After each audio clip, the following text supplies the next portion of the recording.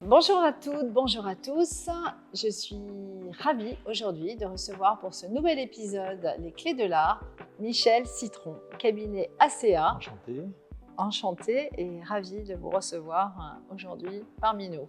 Merci. Pour Merci nous de votre expliquer accueil. un petit peu comment fonctionne. C'est vrai que l'art et l'assurance, on ne pense pas forcément, mais il y a un vrai lien. Donc comment vous êtes spécialisé dans l'art, l'assurance des Oui. œuvres d'art. Oui. Donc comment vous en êtes venu à ce parcours? Alors tout naturellement, je me suis toujours intéressé à l'art et quand j'ai racheté mon cabinet il y a plus de 20 ans, j'ai tout naturellement, effectivement, accompagné mes clients qui avaient donc des œuvres d'art et je me suis spécialisé dans ce domaine-là, justement au travers des différentes compagnies qui sont spécialisées dans l'art pour leur apporter toutes les dispositions et garanties nécessaires aux œuvres dont ils étaient propriétaires. Très bien.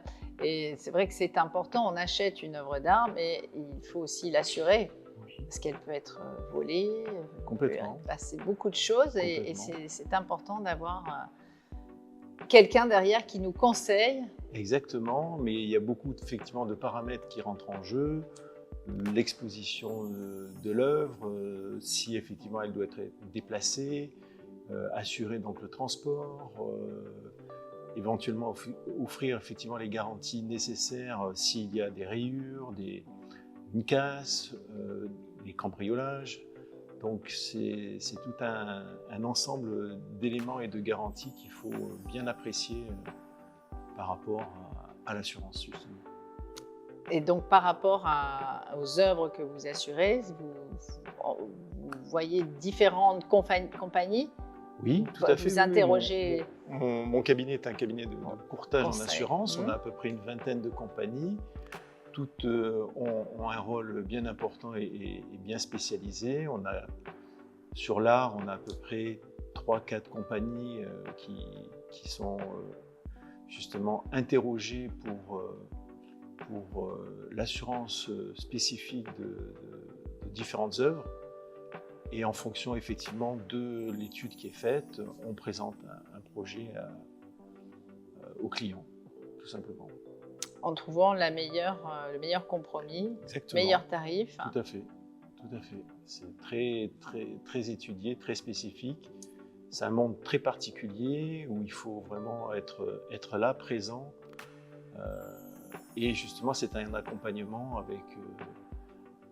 dans ce domaine-là avec les clients en fonction de l'évolution qu'ils peuvent avoir par rapport à ce qu'ils veulent garantir.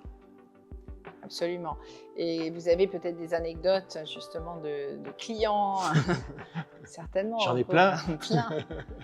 J'en ai plein. C'est vrai que c'est très particulier. Bon, après, il faut rester dans la discrétion, mais il y a toujours alors c'est soit de la casse principalement, ça peut arriver assez fréquemment. Quelqu'un vient chez vous, il bouscule votre œuvre, donc elle se casse. Les vols, c'est moins fréquent, on va dire. Ça peut se passer dans ce qu'on appelle les transports, donc vis-à-vis d'expositions. Mais bon, anecdote, véritablement, on n'en a pas, c'est simplement de s'assurer que effectivement l'œuvre qui doit être couverte et garantie soit bien répertoriée. Mais il existe des assurances qui couvrent justement, parce qu'il y a des personnes qui vont penser que peut-être on ne peut pas assurer une œuvre d'art si elle est en extérieur. Il y a effectivement des compagnies qui couvrent les œuvres en extérieur. En revanche, les garanties sont limitées. C'est-à-dire que on va assurer principalement tout ce qui est donc la responsabilité civile, c'est-à-dire que si effectivement quelqu'un tombe dessus, il faut que l'œuvre soit assurée. En revanche, certaines compagnies sont plus réticentes à assurer si l'œuvre n'est pas entourée de certaines précautions ou protections ou garanties en tout cas de l'œuvre. tout ce qui est graffiti, tout ce qui est rayures, etc., ne peut pas être couvert. Donc il faut apporter effectivement un certain nombre de protections pour que l'œuvre soit en totalité garantie, ce qu'on appelle en tout risque, tout dommage en tout cas. Après, vous avez donc les assurances en biens confiés, c'est-à-dire que vous pouvez exposer à l'intérieur d'un hôtel par exemple, donc là les garanties sont plus importantes. Ensuite, effectivement, quel est l'intérêt de garantir une œuvre soit à l'extérieur, soit chez soi, soit effectivement dans un autre lieu? L'important c'est de savoir effectivement si il arrive quoi que ce soit, peut arriver.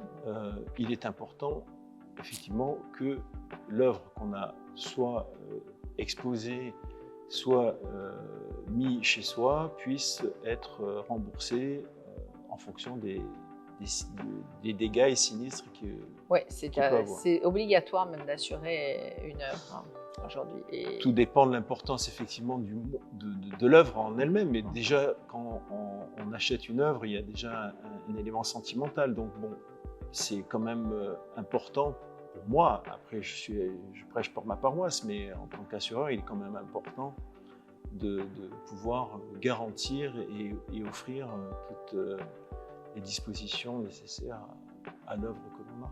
Et si vous deviez donner les clés de l'art, pour vous, ce serait quoi? Les clés de l'art, c'est une bonne question. Dans votre domaine, pouvoir assurer une œuvre. Assurer une œuvre, c'est déjà, pour moi, hein, c'est déjà connaître l'artiste, de savoir effectivement quelle est l'évolution, quelle valeur on peut donner justement à l'œuvre que l'on souhaite acheter ou assurer en tout cas. Et puis, le monde de l'art est quand même un vaste domaine. Exactement, donc le domaine est vaste et on donne la possibilité de pouvoir le découvrir à un très large public et de s'entourer de professionnels comme vous, Michel. Donc merci encore de votre participation. Merci. Merci à vous d'avoir assisté à cette émission Les Clés de l'Art, où j'ai eu le plaisir de recevoir Michel Citron pour nous parler des assurances dans le monde de l'art. Merci.